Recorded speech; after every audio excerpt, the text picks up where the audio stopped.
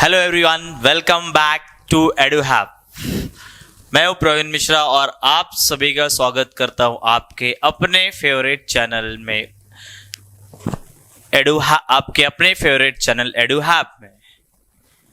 So let's start with the new things, कुछ नई चीजों के साथ और एग्जाम ओरिएंटेड थिंग के साथ, ताकि हमें अभी जो टर्म 1 जाने वाला है एकदम बढ़िया सा जाए, कोई दिक्कत ना आए उस हिसाब से। सो आज का जो टॉपिक है ये this is all about resource and development. Resources के बारे में, कैसा रिसोर्स यूटिलाइजेशन, जैसे कि आप सभी को पता है कि हम जो 10th का ज्योग्राफी फिलहाल कर रहे हैं वहां पे इट्स ऑल अबाउट कि हम किस तरीके से ह्यूमन रिसोर्स को इन्वॉल्व करते हैं ताकि हम बाकी अवेलेबल रिसोर्सेस को यूटिलाइज कर पाए। तो रिसोर्स एंड डेवलपमेंट, तो दोस्तों हम चालू करते हैं कुछ चीजें जानना रिसोर्सेस से। रिसोर्स क्या होता है, जैसे कि हमने पहले भी पढ़ा है, बहुत सारे अपने लोअर क्लासेस में पढ़ा है। तो वहां पे हमने क्या स्टडी किया था, क्या पढ़ा था कि रिसोर्स क्या होता है। Resource is a nothing, only a thing available in our environment. So कैसा simplified meaning है things available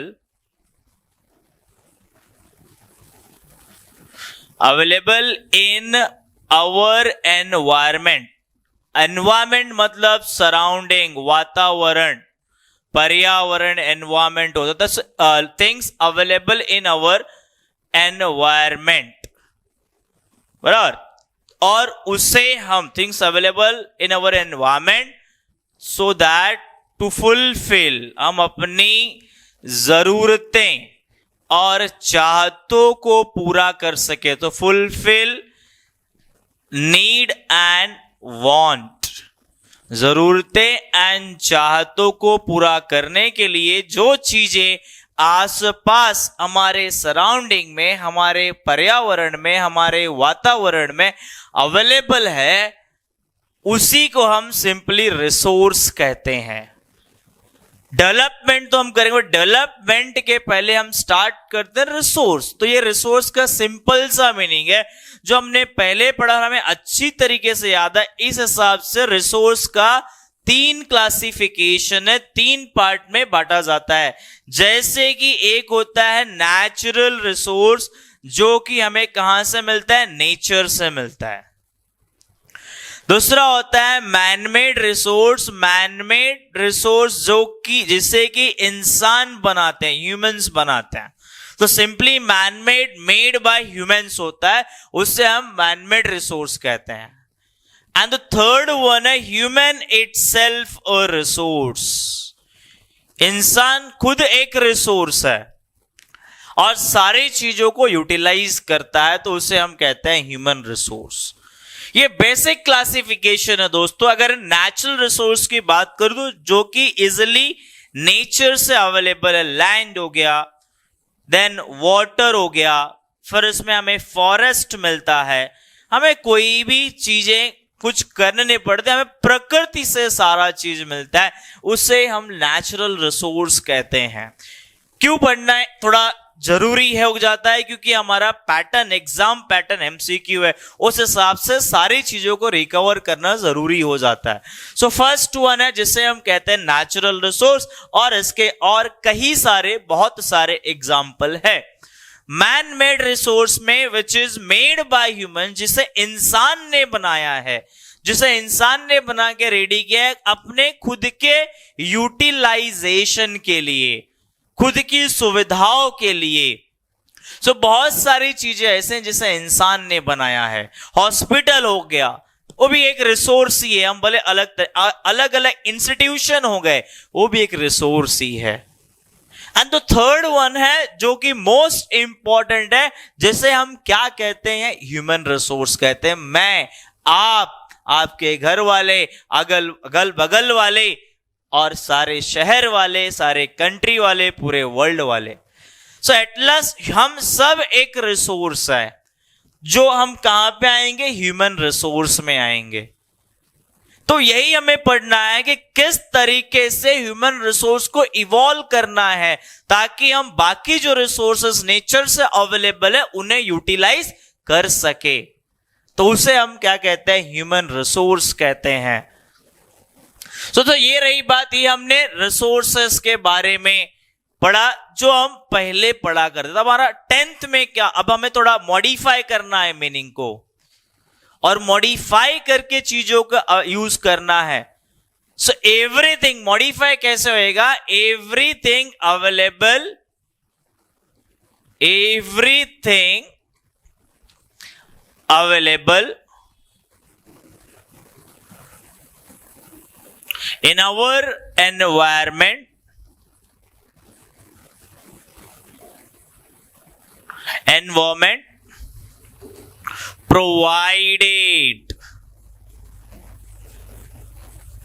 provided क्या होना चाहिए, 3 चीजें होनी चाहिए। provided technologically accessible, economically feasible and culturally acceptable। तो जब ये 3 चीजें बन जाती हैं, तीनों को हम मिक्स कर देते हैं, तो एक्चुअल में उस चीज को हम क्या कहते हैं, रिसोर्स कहते हैं। So everything available in our environment provided it is technologically accessible, कि टेक्नोलॉजी के थ्रू हम उसे यूटिलाइज कर सकते हैं, एक्सेसिबिलिटी है उसमें। दूसरा, इकोनॉमिकली फिजिबल है, इनफ अमाउंट ऑफ मनी है ताकि हम उसे प्रॉपरली यूटिलाइज कर सके और सब यूज कर पा रहे हैं। और तीसरा होता है कल्चरली एक्सेप्टेबल, हमारे कल्चर ने, हमारे सोसाइटी ने उस चीज को एक्सेप्ट किया हुआ है, तो हम उसे क्या कहेंगे, दैट इज बेसिकली, इसी को हम क्या कहते हैं, रिसोर्स कहते हैं। दोस्तों बड़ा सिंपल सा मीनिंग है, रिसोर्स क्या है, क्या होना चाहिए, क्या होता है, जो हमारे एनवायरमेंट में अवेलेबल है, जिससे हम अपने नीड एंड वांट्स को पूरा करते हैं।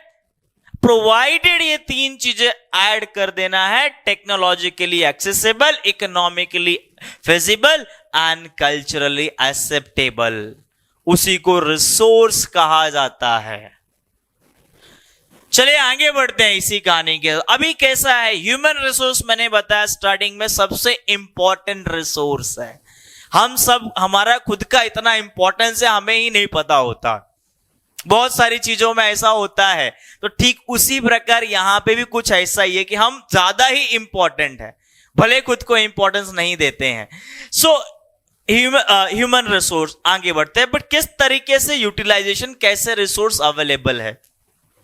तो रिसोर्स कैसे अवेलेबल है, पहला तो रिसोर्स हमें कहां मिलता है, फिजिकल एनवायरनमेंट में मिलता है, नेचर से मिलता है।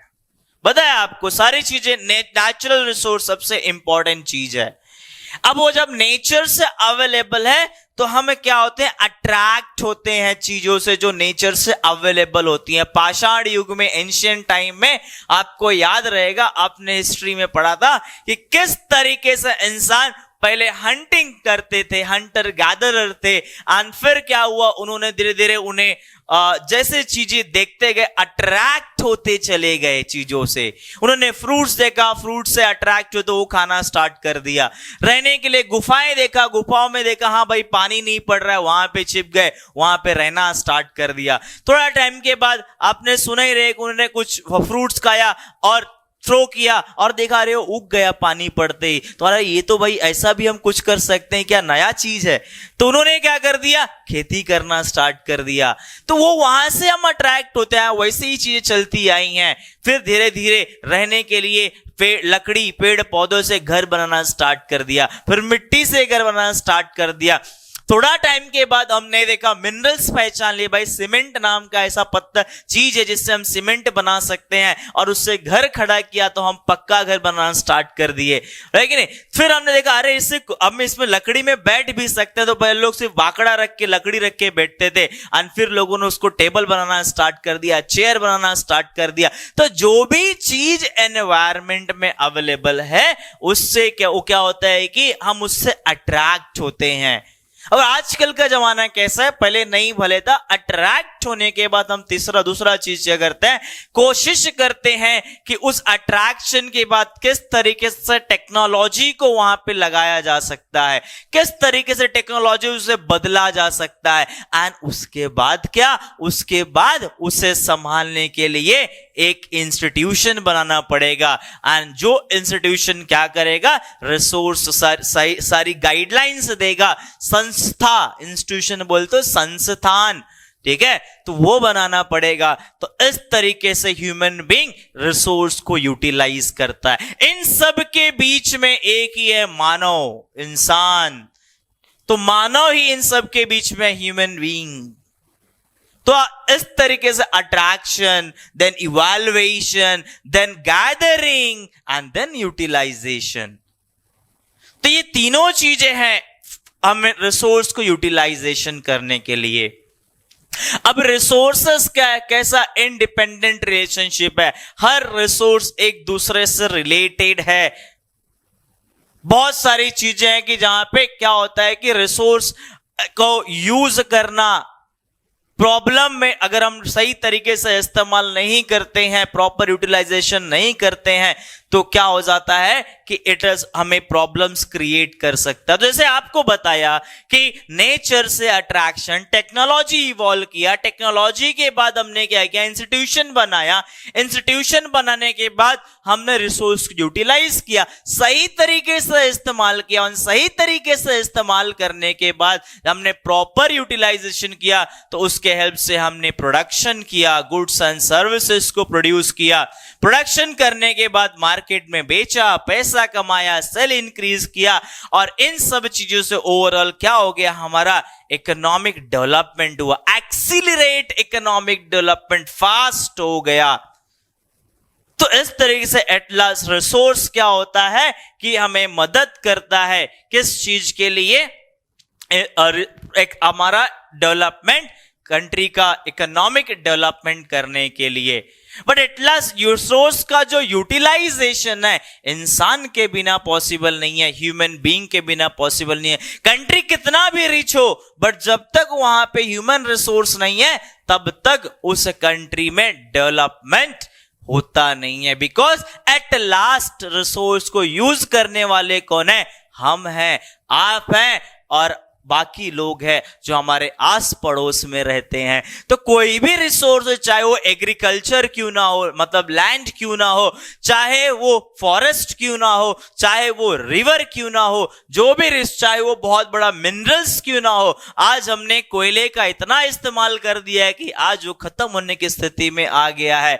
आगे टॉपिक है और हम चीजों को लाइव भी देख रहे हैं। सो इस तरीके से at last resources used by human being, इंसान के बिना रिसोर्स का कोई यूटिलाइजेशन नहीं है। तो सबसे इंपॉर्टेंट रिसोर्स कौन सा रिसोर्स है, इंसान है, ह्यूमन रिसोर्स है, मानव है, ठीक है, उसी को हम इसे कहते हैं। ये कैसा है कि रिलेटेड होता है, उसके बिना हम रिसोर्स को यूटिलाइज नहीं कर सकते। तो रिसोर्स का यूटिलाइजेशन कैसा है कि एट लास्ट रिसोर्स का यूटिलाइजेशन इंसान के द्वारा होता है। आपको क्या लगता है, एक छोटा सा क्वेश्चन है, ठीक है, आपको कैसा है कि एमसीक्यू पढ़ता है, ऐसे क्वेश्चंस बहुत सारे ऑप्शंस दे दिया और आपको क्वेश्चंस आ जाएंगे, तो आपको करेक्ट आंसर टिक करना है। तो आपको टेक्स्ट बुक रीडिंग करना है, पहली बात तो ये, एंड साथ में आपको वीडियो देखते रहना है जो आपको काफी हेल्पफुल, मददगार साबित होगा। सो क्या लगता है कि resources free gift of nature है क्या? अब भाई अपने को सोच को तो यही लगता है, क्या है, फ्री में मिल रहा है, नेचर जाओ देखो, पहाड़ साइड जाओ, पहाड़ पर कौन सा पहाड़ अपने से पैसा मांगता है? नदी में जाओ, कौन सा नदी अपने से पैसा मांगता है पानी देने के लिए? जंगल में जाओ, कौन सा पेड़ अपने से पैसा मांगता है उसका फल खाने के लिए? बराबर है कि नहीं? तो हमें तो यही लगता है, मुझे तो यही लगता था बचपन में, और आप लोग को भी शायद यही लगता होगा, भले अब आप कुछ और सोचे, बट ये लगता तो यही है कि यहां भाई फ्री में अवेलेबल है। और हमारे देश में, हमारे यहां पे हम ज्यादातर ऐसा ही करते हैं, अरे फ्री में, फुकट में तो मिला हुआ चीज है। बट रियलिटी में ऐसा नहीं है, ये फ्री में मिला हुआ चीज नहीं है। भले हम कितना कहें फ्री में मिला हुआ चीज है, बट असलियत में ये फ्री में मिला हुआ चीज बिल्कुल नहीं है। क्यों नहीं है फ्री में मिला हुआ चीज? क्योंकि इसका यूटिलाइजेशन पॉसिबल नहीं है। कब तक पॉसिबल नहीं है? जब तक, लास्ट स्लाइड में बता रहा था, जब तक इंसान उसको फंक्शन नहीं करता। रिसोर्सेस का जो यूटिलाइजेशन है are function of human being. जब तक हम टेक्नोलॉजी का प्रॉपर इस्तेमाल नहीं करते, तो हमने इसके लिए मीनिंग में पढ़ा technologically accessible, economically feasible and culturally acceptable.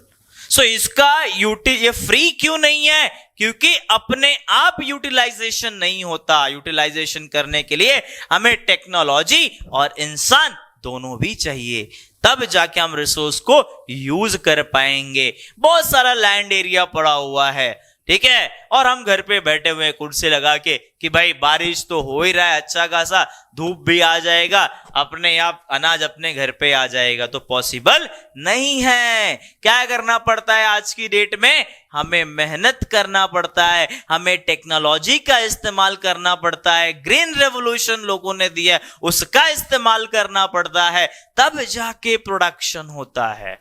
सो ये भाई फ्री नहीं है, दिमाग में रखना, फुकट नहीं है, फ्री नहीं है, ये फंक्शन ऑफ ह्यूमन बीइंग है। टेक्नोलॉजी का इस्तेमाल भी करना है, तब जाके हम रिसोर्सेस को यूज कर सकते हैं। यार, तो resources are not a free gift of nature in reality. अब क्लासिफिकेशन ऑफ रिसोर्स हम पढ़ते हैं, तो रिसोर्स को अलग अलग बेसिस में क्लासिफाई किया जाता है।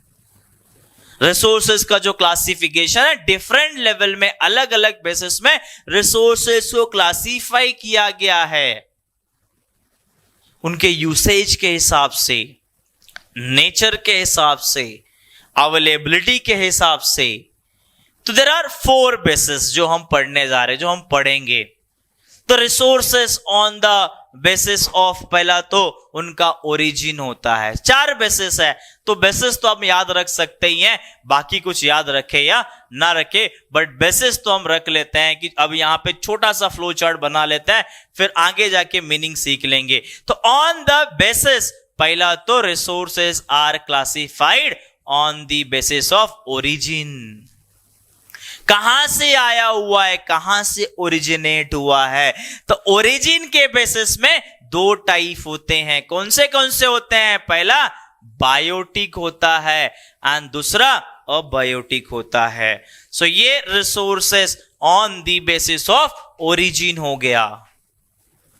देन उसके बाद क्या है सर? आपने एक बेसिस बना दिया, दूसरा on the basis of exhaustibility. कोयला बताया मैंने, खत्म हो चुका है, समाप्त हो चुका है, अभी हम थर्मल इलेक्ट्रिसिटी के लिए ढूंढ रहे हैं। तो on the basis of exhaustibility होता है। तो एग्जॉस्टिबिलिटी के बेसिस में 2 है, एक कौन सा है? रिन्यूएबल, जिसको बार बार इस्तेमाल कर सकते हैं, एंड दूसरा नॉन रिन्यूएबल, जिसमें सबसे जीता जागता अच्छा एग्जाम्पल है कोयला।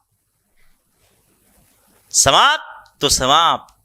तो नॉन रिन्यूएबल, एंड ये हो गया 2 बेसिस। देन उसके बाद रिसोर्स को हम क्लासिफाई करते हैं स्टेटस ऑफ डेवलपमेंट के बेसिस में।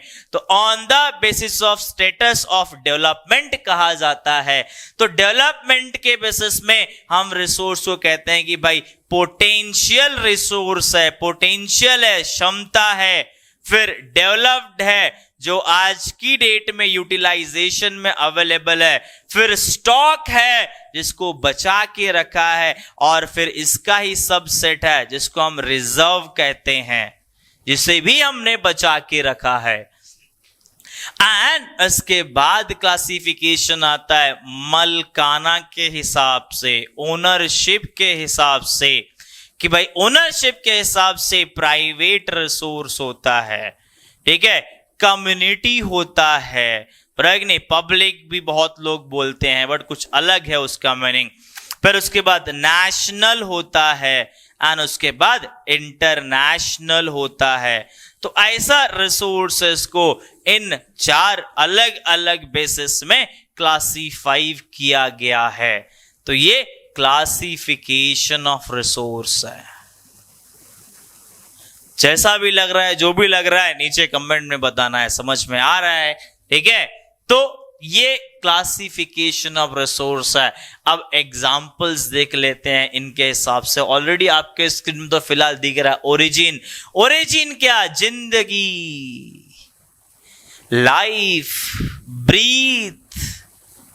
सो जो जिंदा है, ओरिजिन बायोटिक अबायोटिक जिंदा है और जिंदा नहीं है। एग्जॉस्टिबिलिटी कब तक इस्तेमाल कर सकता है, कब तक नहीं कर सकता। ओनरशिप, मालिक कौन है। एंड स्टेटस ऑफ डेवलपमेंट, अभी क्या यूटिलाइजेशन का स्थिति है। तो कैसा है? ओरिजिन के बेसिस में ऑलरेडी जैसे कि हमने पढ़ लिया कि ओरिजिन में दो रिसोर्स होते हैं, दो टाइप होते हैं ओरिजिन के। कौन से होते हैं सर? ठीक है, पढ़ लिया है हमने, पीछे देख भी लिया। हाँ सर याद आया सर, बायोटिक एंड अबायोटिक होता है। बायोटिक बोले तो जिसमें लाइफ होता है, एंड अबायोटिक मतलब लिविंग थिंग बोला जाता है। अबायोटिक बोले तो नॉन लिविंग थिंग होता है। सर ये तो याद है हमें अच्छे से, non living things. Sir example क्या है? तो बहुत सारे एग्जाम्पल है। लिविंग थिंग में हम खुद एक रिसोर्स है, फिर हम बढ़िया से प्लांट का इस्तेमाल करते हैं, एनिमल का इस्तेमाल करते हैं, जिसमें जान होती है। जान है तो जहान है, ऐसा कहा जाता है। ऐसे रिसोर्स को हम क्या कहते हैं? बायोटिक रिसोर्स कहते हैं।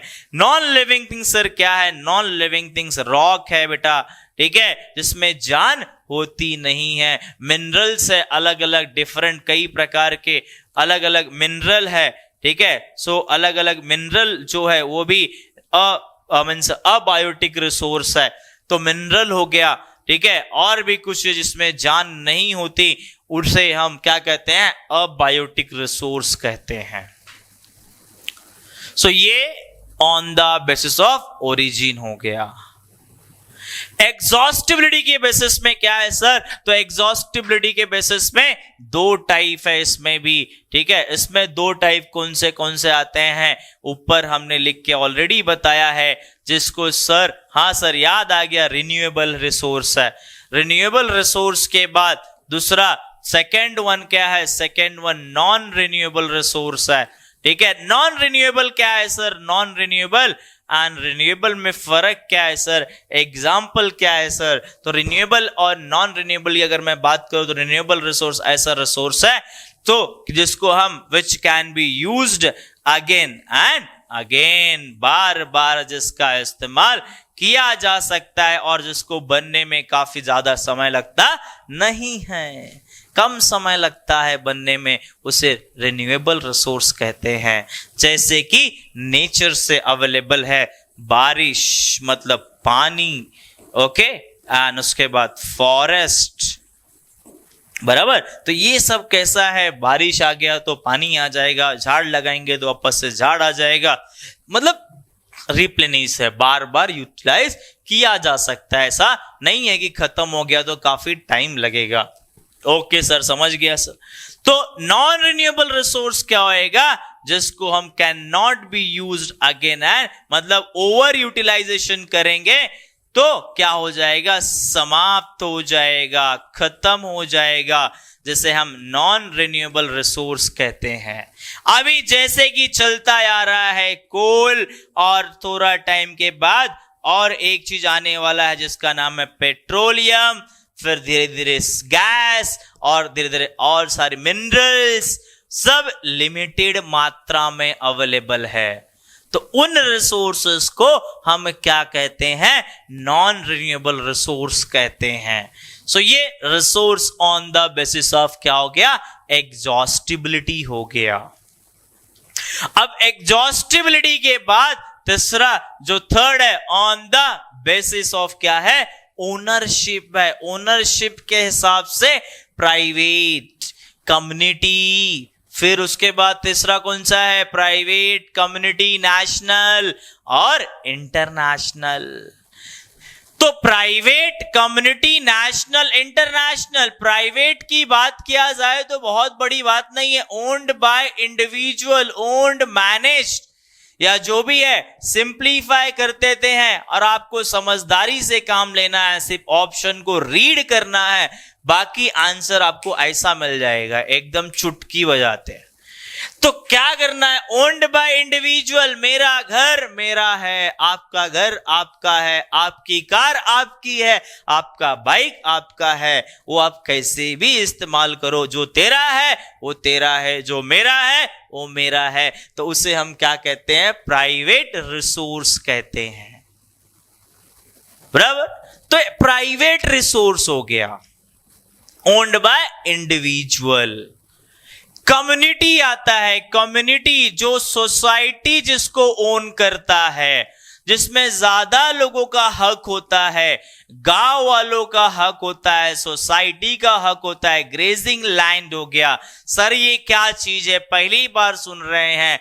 गांव जाएंगे तो कुछ ऐसी जमीनें पड़ी रहती है जहां पे गांव के लोग आके गाय भैंस चरा सकते हैं, वो किसी एक जन की नहीं होती है, ठीक है, वो पूरे गांव वालों की होती है। आपके बिल्डिंग में अगर स्विमिंग पूल है, सब इस्तेमाल कर रहे हैं। आपके बिल्डिंग में अगर ग्राउंड है, सब इस्तेमाल कर रहे हैं। आपके घर में, आपके बिल्डिंग अगर वॉकिंग एरिया है, सब इस्तेमाल कर रहे हैं। तो ये सब कम्युनिटी रिसोर्स हो जाता है। घर के बगल में मैदान है, सब इस्तेमाल कर रहे हैं, उसे कम्युनिटी रिसोर्स कहते हैं। तो ये हो गया कम्युनिटी रिसोर्स। एंड कम्युनिटी के बाद क्या बोला, नेशनल रिसोर्स। नेशनल जिसका मालिक ओन्ड बाय क्या होता है, गवर्नमेंट ओन करता है, चाहे स्टेट गवर्नमेंट या सेंट्रल गवर्नमेंट हो। सो जैसे कि रेलवे में किसी का मलकाना हक नहीं है, सिर्फ और सिर्फ गवर्नमेंट का है।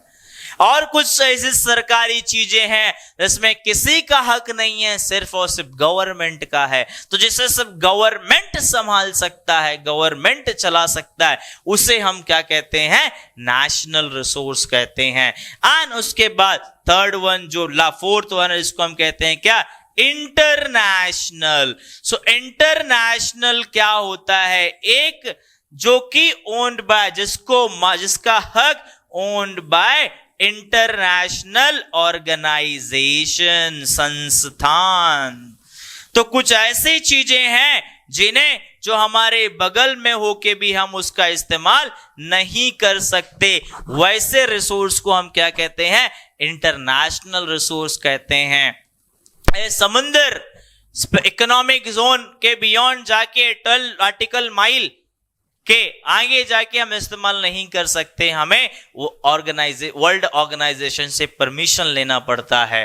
पर मछुआरे तवा बहुत बार न्यूज सुनते हो ना, हमारे मछुआरे यहाँ पकड़े गए, बराबर कि नहीं, तो वो उसी वजह से होता है, एक लिमिट हमें दिया हुआ, उसके आगे हम यूटिलाइज नहीं कर सकते, उसे इंटरनेशनल रिसोर्स कहा जाता है। तो ये हो गया अपना resource on the basis of, क्या कहेंगे इसको, हम कह सकते हैं resource on the basis of ownership, मालिक के हिसाब से। फिर स्टेटस ऑफ डेवलपमेंट क्या है सर, तो स्टेटस ऑफ डेवलपमेंट के हिसाब से पहला तो जो फर्स्ट वन है जिसे पोटेंशियल रिसोर्स कहा जाता है, मतलब काफी क्षमता है बट उस क्षमता के हिसाब से हम रिसोर्स का यूटिलाइजेशन कर रहे नहीं है। मुझे पता है आपके अंदर भी काफी क्षमता है, मैं आप सभी की क्षमता को देख सकता हूं, बट प्रॉब्लम क्या है, आप कभी कभी अपने आप को पहचानते नहीं है एंड उस लेवल से पढ़ाई करते नहीं है, चीजों को मिस आउट कर जाते हैं, तो जिसकी वजह से मार्क्स में गड़बड़ी हो जाती है।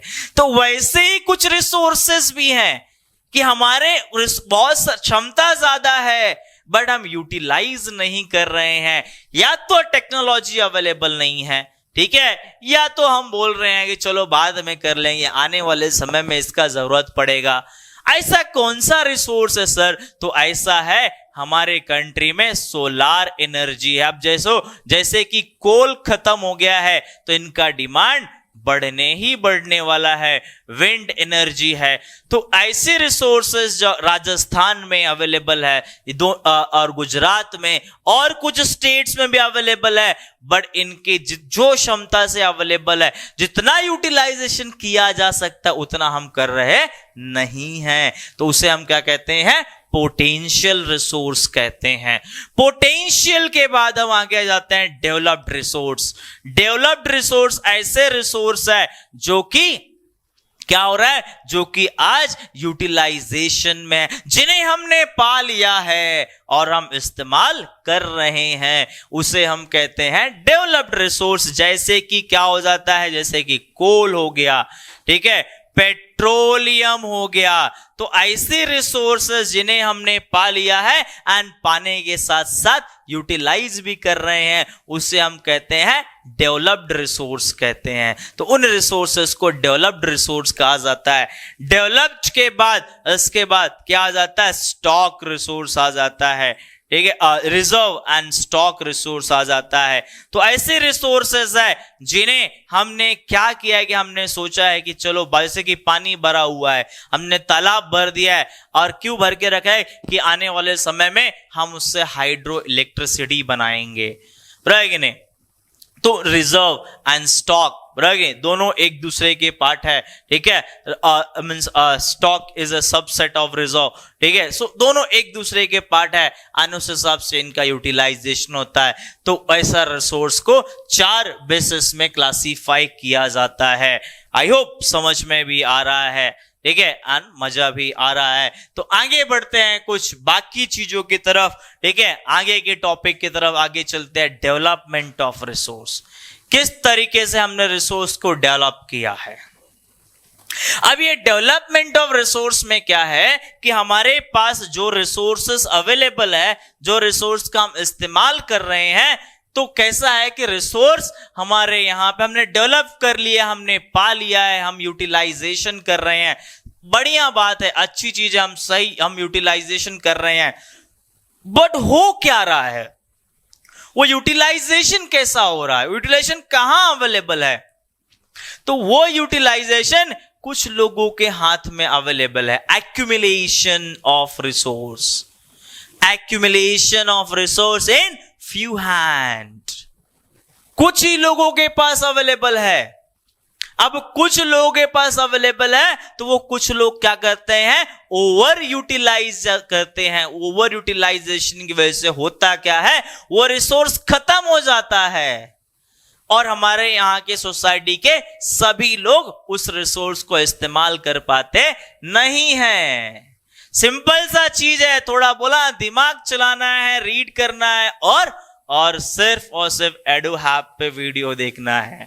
सो development of resource, development of resource क्या है कि कैसा है कि यहां पे क्या है कि यहां पे रिसोर्सेस का एक्यूमुलेशन हो गया है। रिसोर्सेस कुछ हैंड में आ गई हैं, जमा हो गई हैं, और कुछ हैंड में आने की वजह से क्या हो गया कि पीपल आर ओवर यूटिलाइजिंग, ठीक है, ओवर यूटिलाइजेशन हो रहा है। एंड उस ओवर यूटिलाइजेशन की वजह से क्या हो रहा है कि डिप्लीशन ऑफ रिसोर्स हो रहा है। सही बात है कि कोई चीजें हम खुद को रख के देख देंगे भी, दूसरे के बारे में सोचने का नहीं। कोई चीज अगर हमें आसानी से अवेलेबल है तो हम उसे बार बार यूज करते हैं, बराबर, लेकिन हम ये नहीं सोचते कि तो ये गलत चीज है। हमें समझना चाहिए कि नहीं, सबके लिए ये चीज है, बट नहीं होता है, ऐसा हम नहीं सोचते हैं। सो डिप्लीशन हो रहा है, डिप्लीशन मतलब खत्म हो रहा है, समाप्त हो रहा है, आने वाले जनरेशन के लिए बचेगा नहीं और दिक्कतें आएंगी लोगों को। तो डिप्लीशन ऑफ रिसोर्स हो रहा है। एंड डिप्लीशन ऑफ रिसोर्स होने के साथ साथ हो क्या रहा है कि हमारे यहां पे एक नया गैप क्रिएट हो रहा है, नया हमारे सोसाइटी में ऐसा रिच एंड पुअर जैसा गैप क्रिएट हो गया है। एंड इसके साथ बहुत सारे एनवायरमेंटल प्रॉब्लम भी हो रहे हैं। ऐसा नहीं है कि सब सुकून में है, ऐसी बात नहीं है, एनवायरमेंटल दिक्कतें भी आ रही हैं। ग्लोबल वार्मिंग हो रहा है, ठीक है, कभी बारिश का मौसम है तो बारिश नहीं होता, गर्मी का मौसम है तो गर्मी नहीं होता, ठंडी का मौसम है तो ठंडी नहीं होता, ग्लोबल ओजोन लेयर डिप्लीशन तो हो ही रहा है, और हमारे यहाँ एसिड रेन हो जाता है कहीं पे, तो बहुत सारे दिक्कतें आ रही हैं। साथ में क्या हो रहा है, डिवीजन ऑफ सोसाइटी। हमारी सोसाइटी क्या हो गई है, दो अलग ग्रुप में डिवाइड हो गई है। वो डिवीजन ऐसा, एक ग्रुप क्या हो गया, रिच जिनके पास बहुत ज्यादा रिसोर्स है, एंड दूसरा गरीब जिसके पास रिसोर्स अवेलेबल नहीं है। सो डेवलपमेंट कर लिए हमने रिसोर्स को, बट उस डेवलपमेंट के चक्कर में रिसोर्स कुछ लोगों के हाथ में जमा हो गई है, एक्यूमुलेशन ऑफ रिसोर्स हो गया है। एक्यूमुलेशन से ओवर यूटिलाइजेशन हो रहा है, एंड ओवर यूटिलाइजेशन से ये दिक्कतें आ रही हैं। और इन दिक्कतें के चलते हम सबसे बड़ा चीज नहीं कर पा रहे हैं जो बहुत जरूरी है, वो सबसे बड़ा चीज नहीं कर पा रहे हैं। वो क्या है, डेवलपमेंट। बट कौन सा डेवलपमेंट, सस्टेनेबल डेवलपमेंट। इमेज देख के ही आप ऑलरेडी समझ गए रहेंगे। तो सस्टेनेबल डेवलपमेंट पॉसिबल नहीं है। और सस्टेनेबल डेवलपमेंट का मतलब क्या होता है सर, हमारे क्या होएगा, हमने रिसोर्स को ऐसा इस्तेमाल कर लिया है कि हमारा आने वाला जनरेशन रिसोर्स को इस्तेमाल कर सकेगा नहीं। तो एग्जाम्पल भी है अपने पास, है ना, एग्जाम्पल पता है ना कौन सा एग्जाम्पल है, रोज न्यूज में आ रहा है। एक हफ्ते बाकी है कोल समाप्त होने में, भले अभी कितने हफ्ते भी हो, बढ़ा तो ऐसे ही रहा है। तो होएगा क्या, आने वाले जो लोग होंगे उनको कोल मिलेगा क्या, नहीं मिलेगा। तो सस्टेनेबल डेवलपमेंट का मतलब क्या होता है कि रिसोर्स को इस तरीके से इस्तेमाल करो कि आने वाला जनरेशन भी रिसोर्सेस को इस्तेमाल कर सके। उसी को हम कहते हैं क्या, सस्टेनेबल डेवलपमेंट। एनवायरमेंटल दिक्कत नहीं आनी चाहिए, प्रॉब्लम नहीं आनी चाहिए, उसी को हम कहते हैं क्या, सस्टेनेबल डेवलपमेंट। और काफी स्टेप्स भी लिए हैं, वो भी हम पढ़ेंगे।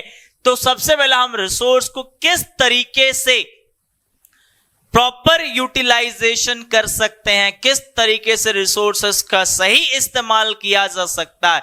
तो सबसे पहली चीज जो मेरे दिमाग में और अपने दिमाग में आती है वो है प्लानिंग। जो भी काम करना है सही प्लानिंग के साथ करो। ऐसा सोचो, आने वाले समय के बारे में सोचो। जब हम रिसोर्स की तरफ आ जाते हैं उसे कहते हैं रिसोर्स प्लानिंग। क्यों जरूरी है, सस्टेनेबल एग्जिस्टेंस के लिए। एंड सस्टेनेबल अगर एग्जिस्टेंस होएगा तो क्या होएगा, सस्टेनेबल डेवलपमेंट होएगा। तो रिसोर्स प्लानिंग बहुत ही इंपॉर्टेंट चीज है। क्यों इंपॉर्टेंट है, ताकि हम डेवलपमेंट जो हमारा रहे वो सस्टेनेबल रहे, आने वाला जनरेशन भी रिसोर्स को इस्तेमाल कर सके, यूटिलाइज कर सके। तो सस्टेनेबल डेवलपमेंट, सस्टेनेबल एग्जिस्टेंस, ये सब चीज ये किससे पॉसिबल है, किसके थ्रू पॉसिबल है, रिसोर्स प्लानिंग से पॉसिबल है। अब ये चीज को हमें रिसोर्स को थोड़ा और अलग तरीके से पढ़ लेते हैं कि क्या स्टेप्स ये लिए लोगों ने, कैसे शुरुआत हुई रिसोर्स को यूटिलाइज करने में, फिर रिसोर्स प्लानिंग क्या होता है, डिटेल में आएंगे। तो कैसा आ जाते हैं हम, पहले क्या स्टेप्स लिए देखते हैं। इतना तो पक्का है कि रिसोर्स हम जिस वे में इस्तेमाल कर रहे थे उस हिसाब से सस्टेनेबल डेवलपमेंट पॉसिबल नहीं है। एक चीज महात्मा गांधी जी ने उसी चीज को ध्यान में रखते हुए लिखी है और बात कही है, और बहुत इंपॉर्टेंट सा सेंटेंस है ये कि there is a enough for everybody's need but not for anybody's greed. तो जो रिसोर्सेज है ये अवेलेबल है किसके लिए, यहां पे मतलब अवेलेबल है किस चीज के लिए, सबकी जरूरतें पूरी करने के लिए, बट लालच पूरी करने के लिए अवेलेबल नहीं है। एंड फिर इसके बाद ये मतलब ये महात्मा गांधी ने बहुत ही सोच समझ के कही हुई बात है। आप भी इस चीज को रियलाइज कर सकते हो और फिर इंटरनेशनल लेवल में लोगों ने अलग अलग स्टेप्स लेने स्टार्ट किए हुए हैं।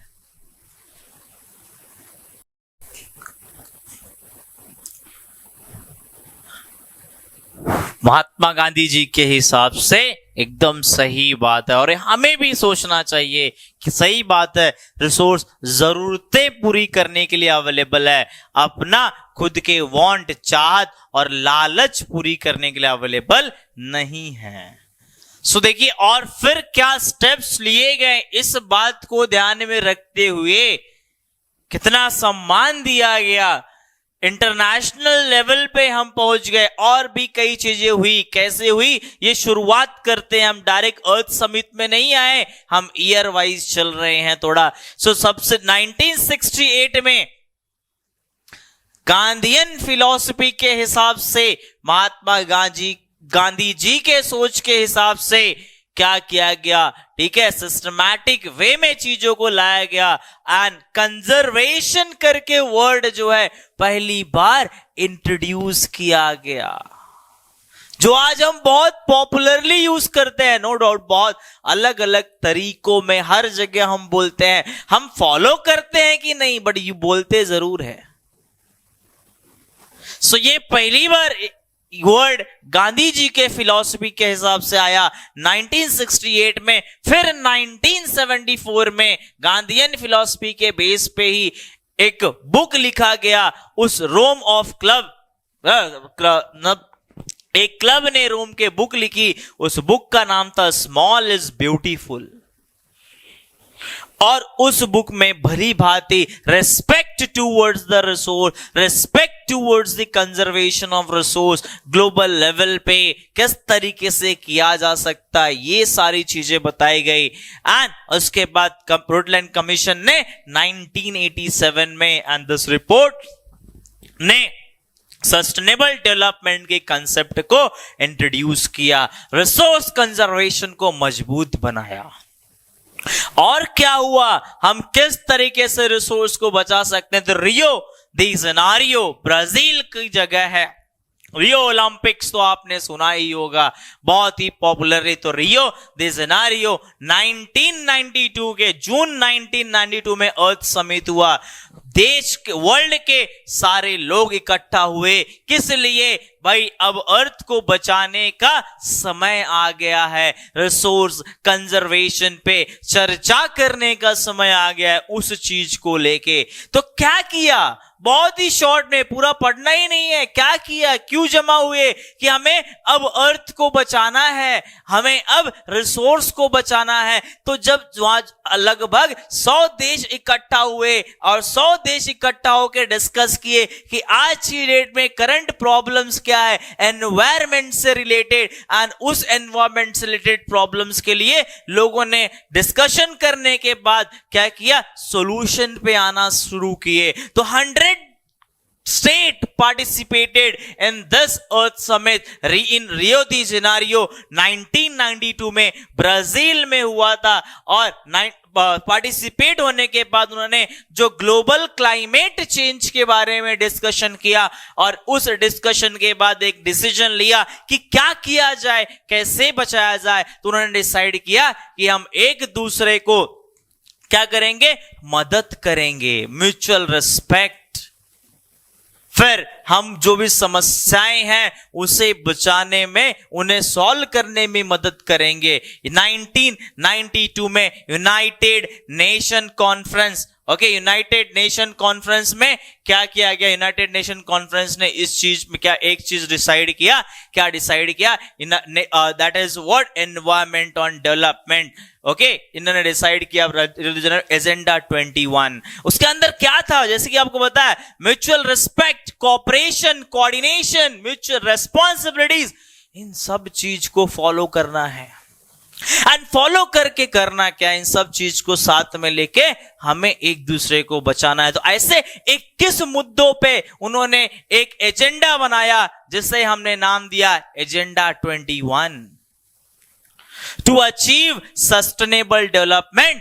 कहां, कब, कहां, कैसे, 21st सेंचुरी में, आज की डेट में, जब हम जहां हम रह रहे हैं, कुछ हद तक अचीव हुआ नहीं हुआ आप खुद समझ सकते हैं माहौल देख के, जैसी चीजें चल रही हैं उसे देख के।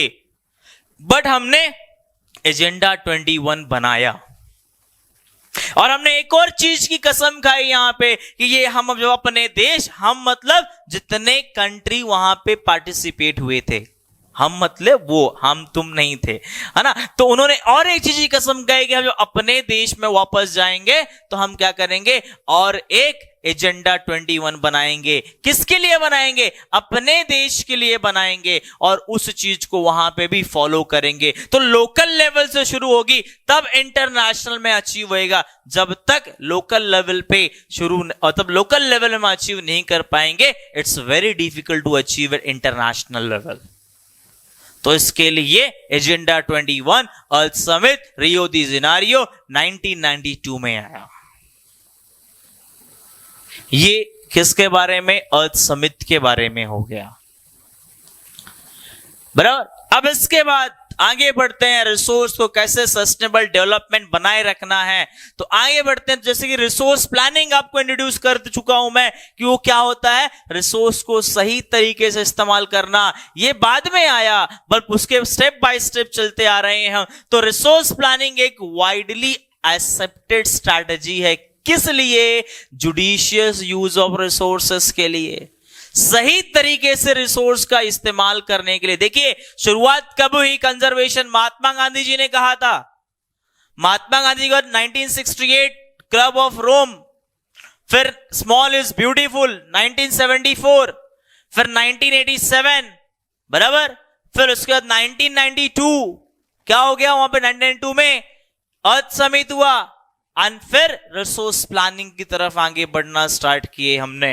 तो रिसोर्स प्लानिंग एक कॉमन मेथड है, सही मेथड है, जिसको इस्तेमाल करके हम क्या कर सकते हैं, रिसोर्सेस को बचा सकते हैं और सबके लिए अवेलेबल करा सकते हैं। इसका काफी ज्यादा इंपॉर्टेंट हो जाता है स्पेशली कंट्री लाइक इंडिया में। अब ऐसा आपको बड़ा क्वेश्चन तो आएगा नहीं, बट इससे रिलेटेड क्या आ सकता है कि ऐसा है कि एनॉर्मस डाइवर्सिटी है इंडिया में, सही बात है, बहुत डिफरेंसेस है, बराबर कि नहीं, डिस्ट्रीब्यूशन ऑफ रिसोर्स में। इसको जस्टिफाई करिए। ये क्या हो जाता है कि एनॉर्मस डाइवर्सिटी, कुछ ऐसे रीजन है जो हमारे कंट्री में, कुछ जो रिसोर्स सफिशिएंट रीजन है, रिसोर्स सफिशिएंट मतलब जिनके पास प्रॉपर सारी रिसोर्सेस, मतलब रिसोर्स अवेलेबल है। बट कुछ ऐसे रीजन है जो रिसोर्स डेफिशिएंट है। डेफिशिएंट बोले तो उनके पास रिसोर्सेस अवेलेबल नहीं है, शॉर्टेज ऑफ रिसोर्स है। ज्यादा आगे नहीं जाना है, सिंपल सा चीज इस्तेमाल कर लेना है, सिंपल सा चीज पढ़ लेना है। सोलार हम इस्तेमाल नहीं कर रहे हैं ज्यादा अभी, बट फिर भी है तो करेंगे। तो एनर्जी कहां अवेलेबल है? राजस्थान में अवेलेबल है। बट यहां पे शॉर्टेज किसका होता है? पानी का होता है, वाटर का शॉर्टेज, डेफिशिएंट है राजस्थान। सही बात है, इंदिरा गांधी कैनल आ गया है तो अवेलेबल है, बस बराबर। चलिए आगे बढ़ते हैं। मिनरल्स, अबंडेंट मिनरल्स अवेलेबल है। कहां पे अवेलेबल है? झारखंड में। रिसोर्स के मामले में सफिशिएंट, रिच है, बट क्या होता है वहां पे क्या नहीं है, डेफिशिएंट है बहुत सारे रिसोर्सेस में। चलो मिनरल से सारा चीज अवेलेबल है, झारखंड, उड़ीसा, मतलब ऐसा भी है कि ये रीजन रिसोर्स में रिच है बट इकोनॉमी के हिसाब से पुअर है, टेक्नोलॉजी के हिसाब से डेवलपमेंट नहीं है। बट ऐसा थोड़ी होता, ये सही बात है। चलिए रिसोर्स एक जगह अवेलेबल है, नहीं है, बात बराबर है, बट ऐसा नहीं होता। जरूरत तो हर चीज का हर जगह होता है ना। अब हमारे यहां पेट्रोल कम पाया जाता है तो क्या पेट्रोल का इस्तेमाल नहीं होता? सबसे ज्यादा प्राइस अपने यहीं है। क्यों है? यूटिलाइजेशन की वजह से है ना। तो ऐसा जरूरी नहीं है कि जो रिसोर्स हमें हमारे यहां मिलता नहीं उसका यूटिलाइजेशन नहीं है। तो सब जगह पहुंचाना है ना, सब जगह लेके जाना है। तो जी हां, एनॉर्मस डाइवर्सिटी हमारे यहां देखने को मिलती है। तो ये रिसोर्सेस के बारे में हो गया, मीनिंग, क्लासिफिकेशन, फिर कंजर्वेशन वर्ड। कंजर्वेशन जरूरी है वो तो आगे भी आ जाएगा। रिसोर्स कंजर्वेशन नेसेसरी है। क्यों नेसेसरी है?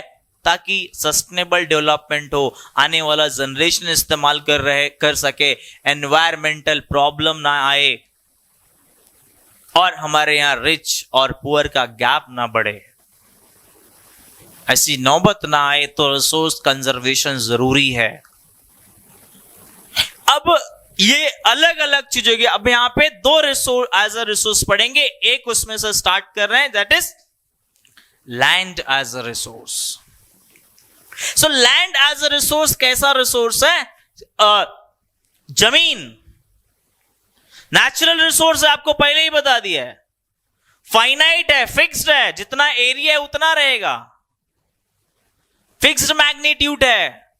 सोर्स है, किसका सोर्स है? बाकी सब रिसोर्स का सोर्स है। हमें फॉरेस्ट मिलता है, हमें नदी मिलती है, इन सब चीज का सोर्स है लैंड। कंस्ट्रक्शन करते हैं, हमारी जिंदगी जीते हैं जमीन में। So land as a resource क्यों माना जाता है? क्योंकि एट लास्ट हम हमारी सारी एक्टिविटी परफॉर्म करते हैं कहां? जमीन में। चाहे वो एग्रीकल्चर हो, चाहे वो कंस्ट्रक्शन हो, बराबर, चाहे वो फैक्ट्री हो, चाहे वो ट्रेडिंग हो, सारी चीजें एट लास्ट हम कहां करते हैं? जमीन में।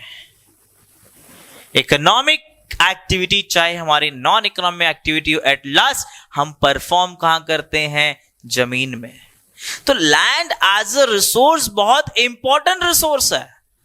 इसके लिए हम एज अ रिसोर्स कंसिडर करते हैं। ये सोर्स है, किस चीज का सोर्स है? बाकी नेचुरल रिसोर्सेस का सोर्स है, जैसे कि फॉरेस्ट हो गया, रिवर हो गया, कम्युनिकेशन सिस्टम हो गया। हम सारी एक्टिविटी एट लास्ट जमीन में परफॉर्म करते हैं, इसीलिए हम लैंड को एज अ रिसोर्स मानते हैं। यही वजह है लैंड को एज अ रिसोर्स मानने की। तो that is why only we are considering, और ये फाइनाइट है, आपको पहले से बोला फिक्स्ड मैग्नीट्यूड है, कम ज्यादा नहीं होएगा। आपको भली भांति याद है कि हमारे जमीन का, अर्थ का 71% एरिया कवर्ड बाय वाटर, वो 29 ही रहेगा कवर्ड बाय लैंड, वो बढ़ेगा नहीं। इसके लिए फिक्स्ड मैग्नीट्यूड कहा जाता है। अब इसके अलग अलग फीचर्स है, वैरायटी ऑफ फीचर्स है, जैसे कि हमारे यहां 3 पार्ट्स में, भारत देश की बात करूं कैसे अवेलेबल है। माउंटेन का एरिया जो है हमारा 30% कवर्ड बाय माउंटेन है हमारे लैंड का, जो कि सोर्स है हमारे लिए काय के लिए? Perennial rivers. काफी अच्छे से याद होएगा, जो नदियां जहां साल भर धारा बहती है, साल भर पानी रहता है, पेरिनियल रिवर कहा जाता है, बराबर। टूरिज्म के हिसाब से लोग घूमने जाते हैं, सबको जाना है घूमना, सबको पसंद है घूमना, राइट? सबका सपना होता है, तो उस हिसाब से 30% एरिया हमारे यहाँ का कवर्ड बाय माउंटेन है। फिर काफी ज्यादा इस्तेमाल करते हैं, काफी ज्यादा जरूरत पड़ती है हमें किसकी? मिनरल्स की। वो कहां अवेलेबल होता है? वो अवेलेबल है प्लेट्यू में। कितना percent sir? 20%, 27%, not 20। And 40% area in our country covered by plain, जो कि काफी सुइटेबल है किस चीज के लिए? एग्रीकल्चर के लिए, कंस्ट्रक्शन के लिए, इंडस्ट्री के लिए। तो उस हिसाब से ये हमारे कंट्री का लैंड एरिया हो गया, जो covered by various things. Mountain 30%, plateau 27%, plain 43%, plain, plateau, mountain. अब इसके बाद लैंड का जो यूटिलाइजेशन है वो अलग अलग है, अलग अलग चीजों के लिए इस्तेमाल किया जाता है। 5 यूटिलाइजेशन हमारे सामने है कि एज अ रिसोर्स हम अलग अलग पर्पस के लिए इस्तेमाल करते हैं। जो सबसे इजी है फॉरेस्ट, कुछ एरिया में फॉरेस्ट है। नेट सोन एरिया है, एग्जैक्ट एरिया जहां पे एग्रीकल्चर किया जाता है। Then area sown more than once in agriculture year plus net sown area, उसे हम ग्रॉस क्रॉप्ड एरिया कहते हैं। कहने का मतलब है कि area sown more than once, कुछ जगहों में एक से ज्यादा बार एग्रीकल्चर करते हैं और नेट सोन एरिया को ऐड करेंगे तो ग्रॉस क्रॉप्ड एरिया बन जाता है। फिर उसके बाद क्या है, उसके बाद है land not available for cultivation, जिसमें एग्रीकल्चर नहीं कर सकते, बैरन लैंड है, वेस्ट लैंड है उसे कहा जाता है। बैरन लैंड के बाद जिसको नॉन एग्रीकल्चर लैंड, जो हम अलग अलग पर्पस के लिए इस्तेमाल करते हैं, कहीं पे बिल्डिंग बनाते हैं, रोड बनाते हैं, बाकी कंस्ट्रक्शन चीजें हैं, तो यहां पे हम इस्तेमाल इसे कर सकते नहीं है। इसमें से एक क्वेश्चन मेरा ऐसा क्या बोलते हैं भविष्यवाणी जैसा कुछ चीजें लग रही हैं मुझे कि शायद हो सके तो आ जाए, तो ध्यान से करिएगा। फिर उसके बाद अदर अनकल्टिवेटेड लैंड, जिसमें फैलो लैंड नहीं आता तो परमानेंट पैस्चर। परमानेंट पैस्चर बोले तो जो ग्रेजिंग पर्पस के लिए इस्तेमाल करते हैं, पैस्चर्स बोले तो चरवाहे, ठीक है, गाय भैंस चराने के लिए। और क्या होता है, और उसके अलावा land under miscellaneous tree crop, थोड़े बहुत ट्रीज हमने लगाए हुए हैं, वहां पे कुछ कर नहीं रहे बट चल रहा है, चीजें बातें आगे निकल रही हैं। फिर कल्चरल वेस्ट लैंड है, कल्चरल रीजन की वजह से हमने उसे यूटिलाइज हम नहीं कर रहे हैं, 5 साल से ज्यादा हमने उसे एग्रीकल्चर नहीं किया है। एंड पांचवा फैलो लैंड आ जाता है। इसके 2 प्रकार है, current fallow and other than current fallow. जहां करंट फैलो बोले तो वहां पे 1 साल या उससे कम समय से एग्रीकल्चर नहीं हुआ है। परमानेंट फैलो लैंड बोले तो वहां पे लास्ट 5 साल से, पिछले 5 साल से एग्रीकल्चर नहीं हुआ है, उसे other than current fallow land कहा जाता है। सो ये fallow land, current fallow land, ये सारी चीजें आ गई। लैंड यूटिलाइजेशन हो गया कि किस तरीके से हमारे देश में लैंड का इस्तेमाल किया जा रहा है, यूटिलाइजेशन किया जा रहा है। अब लैंड यूटिलाइजेशन के बाद लैंड यूज पैटर्न। अब कैसा है, आपको एक चीज पता है कि ये यूसेज है वो बहुत सारी चीजों पे डिपेंड करता है। टोपोग्राफी, एलिवेशन हो गया, प्लेन हो गया, प्लेट्यू हो गया, माउंटेन हो गया, पॉपुलेशन अवेलेबल है, रिवर बॉडीज है, मतलब कुछ बहुत सारी चीजों के ऊपर डिपेंड करता है utilization of land. Cultural reason होते हैं, ट्रेडिशंस होते हैं, इन सब चीजों पे डिपेंड करता है। सो ये अलग अलग चीजों पे ये जो पैटर्न ऑफ यूटिलाइजेशन है that depends. So land use pattern अपने यहां की बात करें तो कैसा है कि जिसमें सबसे पहली बात लैंड यूज पैटर्न में कैसा है कि हमारे नेशनल फॉरेस्ट पॉलिसी के हिसाब से 1972 के हिसाब से 33% एरिया किससे कवर होना चाहिए, फॉरेस्ट से कवर होना चाहिए। पहली बात बहुत जरूरी है, पेड़ लगाओ जान बचाओ। हम जहां भी रहते हैं उसके 33% एरिया में पेड़ पौधे होना चाहिए, बहुत जरूरी है। दूसरा चीज क्या है, बट हमारे कंट्री में 33% नहीं, हम 21.05% पे हम खड़े हुए हैं। ऑलरेडी हमारी जिंदगी डेंजर में है, सबकी, हमारे देशवासियों की बात कर रहे हैं। तो झाड़ लगाइए, पेड़ लगाइए और जिंदगी बचाइए। प्लांटेशन करना बहुत जरूरी है। ठीक है हम कट कर रहे हैं कुछ रीजन की वजह से, जरूरत है हमारी, बट रिप्लेस करिए। अगर कहीं कट हुआ है तो कहीं उसे बनाइए। तो पेड़ लगाना बहुत जरूरी है। हमारे यहां पे इकोलॉजिकल बैलेंस नहीं है और ऐसे ही चलते रहा तो और दिक्कतें आएंगी। ये कुछ जेन्युइन बातें हैं जिसे हमें दिल से सोचना चाहिए। ठीक है हम पढ़ रहे हैं चीजें, एग्जाम आएगा, टॉप मारेंगे, सब चीज एक्सेप्टेड है, बहुत बढ़िया है, वो तो चाहिए ही, बट उसके साथ और कुछ जरूरी है, हमारी खुद की रिस्पॉन्सिबिलिटी। टॉपिक है इसलिए बोलना पड़ता है, हमारी खुद की रिस्पॉन्सिबिलिटी एज अ सिटीजन, कि हमारी क्या जिम्मेदारी है एज ए भारतीय नागरिक। कुछ चीजों में तो है ना, जैसे कि स्वच्छ भारत अभियान हम चलाते हैं, कचरे यहां वहां नहीं फेंकना चाहिए। फिर पेड़ पौधे से नाइंसाफी नहीं होनी चाहिए, इन चीजों की जरूरत है। खैर अब चलिए आगे बढ़ते हैं। तो अलग अलग हिसाब से जरूरी है। हमें लैंड यूटिलाइजेशन पैटर्न कैसा है कि 33% area should covered by forest, जो कि इंडिया में 21 पॉइंट कितना परसेंट है, 05% है। फिर कुछ area covered by net sown area है। नेट सोन एरिया के बाद फैलो लैंड है, करंट फैलो लैंड है, अदर देन, फिर उसमें दो पार्ट है, current fallow land, other than current fallow land, barren land है, लैंड ग्रॉस क्रॉप एरिया है। तो इस तरीके से अलग अलग वेज के लिए हम लैंड का इस्तेमाल कर रहे हैं। अब क्या होता है इसके बाद, देखिए ऑलरेडी आपको इस चीज बताया, it was essential for the maintenance ecological balance, और साथ में हमें खुद को जिंदा रहने के लिए बहुत जरूरी है, बहुत इंपॉर्टेंट है। बात कर चुके हैं। अब हो सकता है आप मेरी बात को दिमाग में रखेंगे और चीजों को फॉलो करेंगे।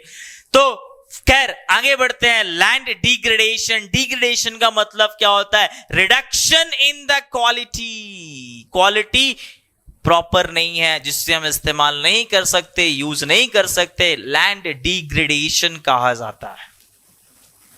अब डिग्रेडेशन क्यों होता है, ये हमारी वजह से होता है, कहने का मतलब है ह्यूमन एक्टिविटी की वजह से भी होता है और नेचुरल एक्टिविटी की वजह से भी होता है। तो नेचुरल एक्टिविटी तो हमारे कंट्रोल में नहीं है, बट ह्यूमन एक्टिविटी तो हमारे कंट्रोल में है, उस चीज को तो हम रोक सकते हैं। तो एट प्रेजेंट अगर इंडिया में बात करो, 130 मिलियन हेक्टेयर लैंड डिग्रेड हो चुका है, जहां पे हम खेती नहीं कर सकते। देन उसके अलावा 28% area belongs to the category of forest, degrade area मतलब कवर्ड बाय फॉरेस्ट है। 56% वहां पे तो कुछ नहीं कर सकते, करना भी नहीं चाहिए। कवर्ड बाय वाटर है, पानी, वहां पे भी कुछ नहीं कर सकते। देन उसके बाद अल्काइन डिपॉजिट है, वहां पे भी कुछ नहीं कर सकते। तो ये चलिए, ये चीजें तो नेचर की वजह से अवेलेबल है, करना भी नहीं चाहिए, बट हम यहां तो कर सकते हैं deforestation, over grazing, mining, enquiring, ये सारी चीजों ने भी क्या किया, लैंड डिग्रेडेशन में कंट्रीब्यूट किया है। इसे हम कम तो कर सकते हैं, समाप्त नहीं कर सकते, कम तो कर सकते हैं। तो ये ओवरऑल डिग्रेड एरिया है जो अभी आपको दिख रहा है। 28% water, 28% forest, 56% water, then saline alkine 6%, wind eroded area 10%। हमें बढ़िया तरीके से इन सब चीजों को इस्तेमाल करना है। इसके अलावा माइनिंग, ओवर ग्रेजिंग, हमें पता है इन कुछ ऐसे स्टेट है जहां पे इन एक्टिविटी की वजह से क्या हुआ है, लैंड डिग्रेड हुआ है। ये इसलिए आपके स्क्रीन में है, माइनिंग करने की वजह से, ओवर माइनिंग की वजह से लैंड डिग्रेड हुआ है उड़ीसा, झारखंड, इन अलग अलग स्टेट में। ओवर ग्रेजिंग की वजह से मध्य प्रदेश, मध्य प्रदेश हो गया, उत्तर प्रदेश हो गया, इन अलग अलग स्टेट में क्या हुआ है, लैंड डिग्रेड हुआ है। ओवर इरिगेशन की वजह से पंजाब एंड हरियाणा में डिग्रेड हुआ है। तो ये ह्यूमन एक्टिविटी है जो अलग अलग स्टेट में क्या कर रही है, कंट्रीब्यूट करनी है। किसमें कंट्रीब्यूट कर रही है, for the degradation of land.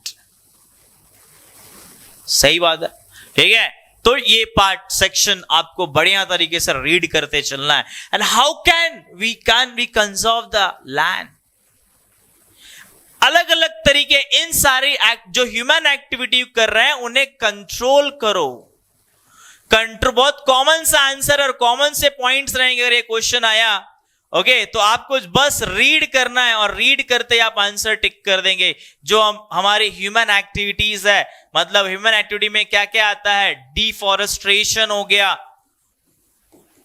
Right नहीं, डिफॉरेस्ट्रेशन हो गया, फिर यूज ऑफ केमिकल हो गया, केमिकल फर्टिलाइजर हो गया, ओके, कुछ प्रिवेंटिव मेथड लेने की वजह से।